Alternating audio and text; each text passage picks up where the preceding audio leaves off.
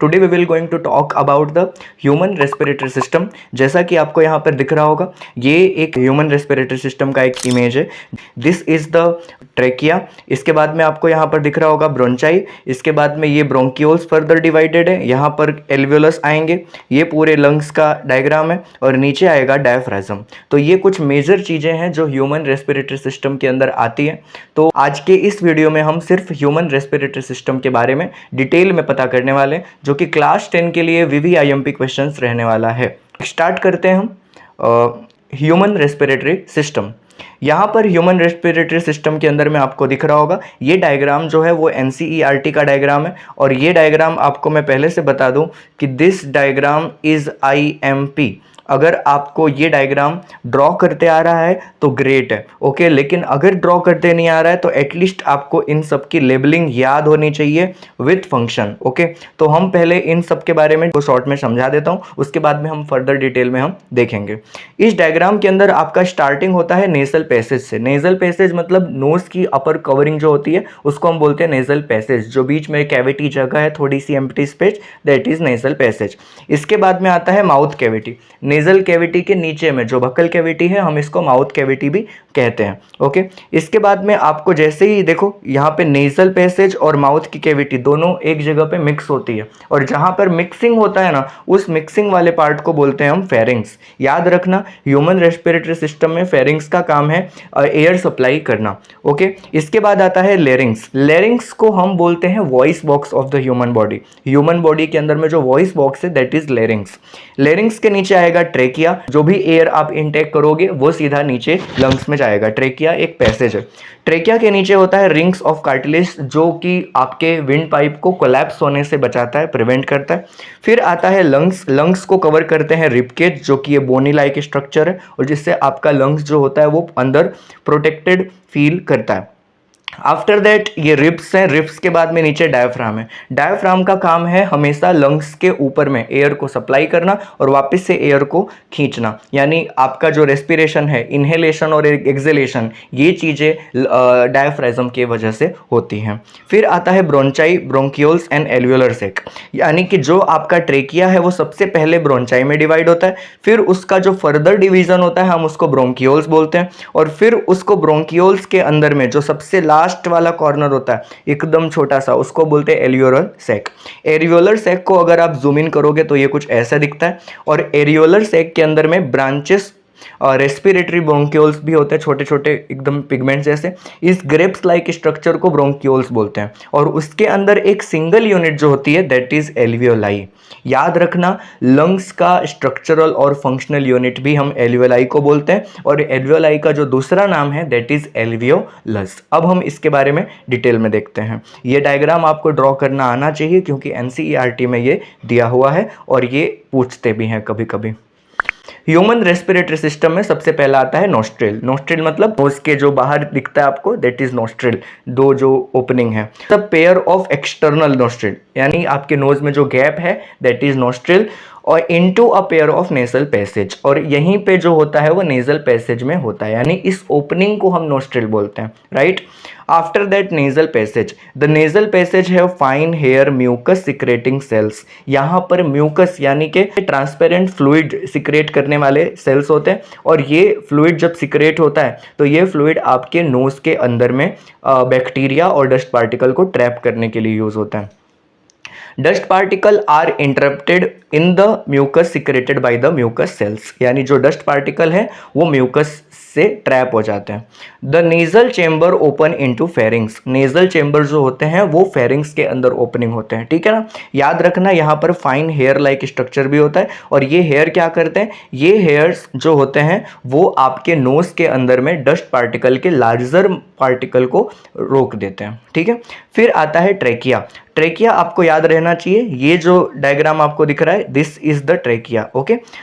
Trachea के अंदर में क्या है, trachea of the has the incomplete cartilaginous ring, C shape ring.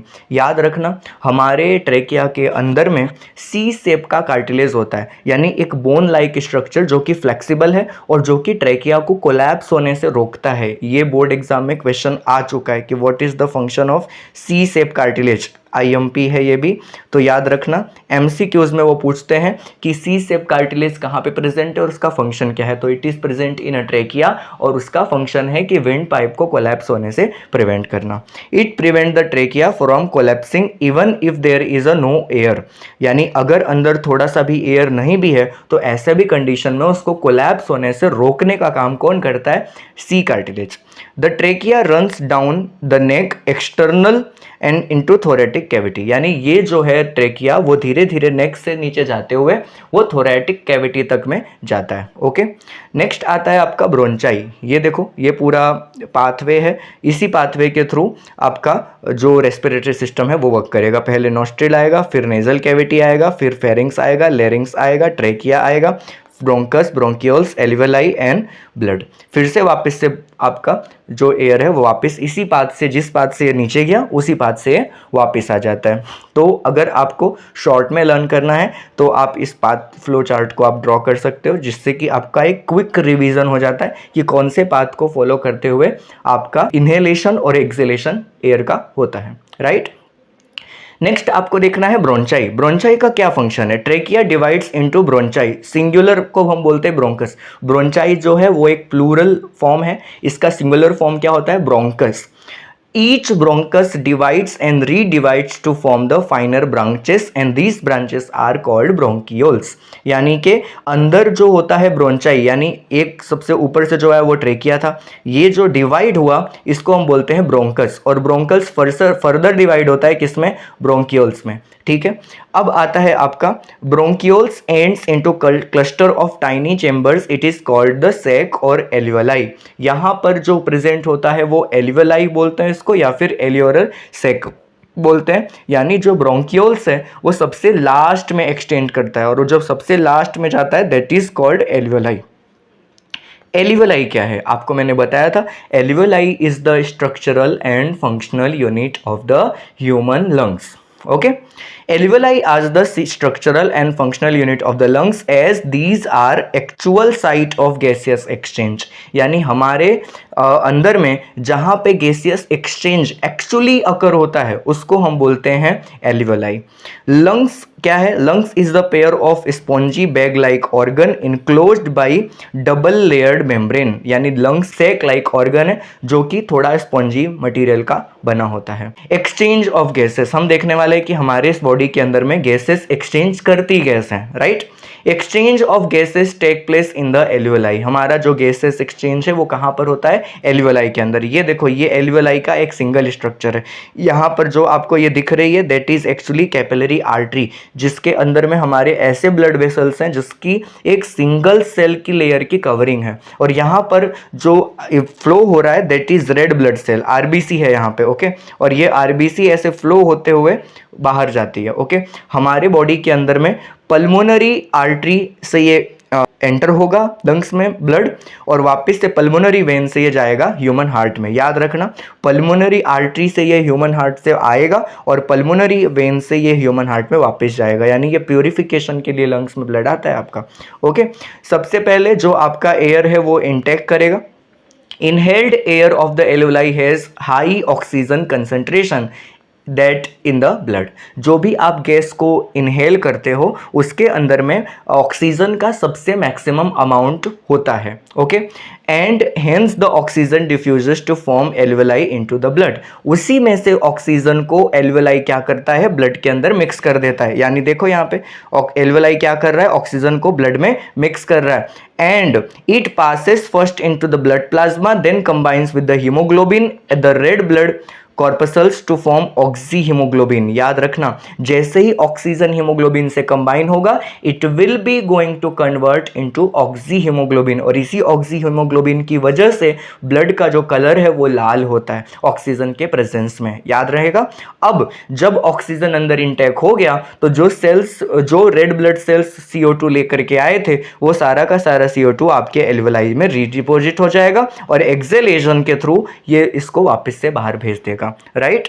अब आगे बढ़ते हैं। Carbon dioxide in the blood capillary is higher concentration than the alveoli, यानी एल्वियोलाई के अंदर में कार्बन डाइऑक्साइड का कंसंट्रेशन ज़्यादा होता है, therefore the carbon dioxide diffuses to form the blood into alveoli. इसी वजह से जो ब्लड के अंदर में कार्बन डाइऑक्साइड है वो ब्लड को एस्केप करके वो आ जाता है एल्वियोलाई के अंदर। CO2 is more soluble in water than the oxygen, hence CO2 mostly transported in a dissolved form out of the blood। हमारी बॉडी के अंदर में जो CO2 है वो डिजोल्व फॉर्म के अंदर में ट्रांसफॉर्म होता है, यानी जो हमारे ब्लड के अंदर CO2 डिजोल्व होकर के वाटर के अंदर ब्लड प्लाज्मा के अंदर डिजोल्व होकर के वो ट्रांसपोर्ट होगा। यहाँ पर उसका आपका पूरा एक पाथवे दे रखा है जिससे आपको पता चल जाएगा। इसी प्रकार से हमारा ह्यूमन रेस्पिरेटरी सिस्टम वर्क करता है। ठीक है।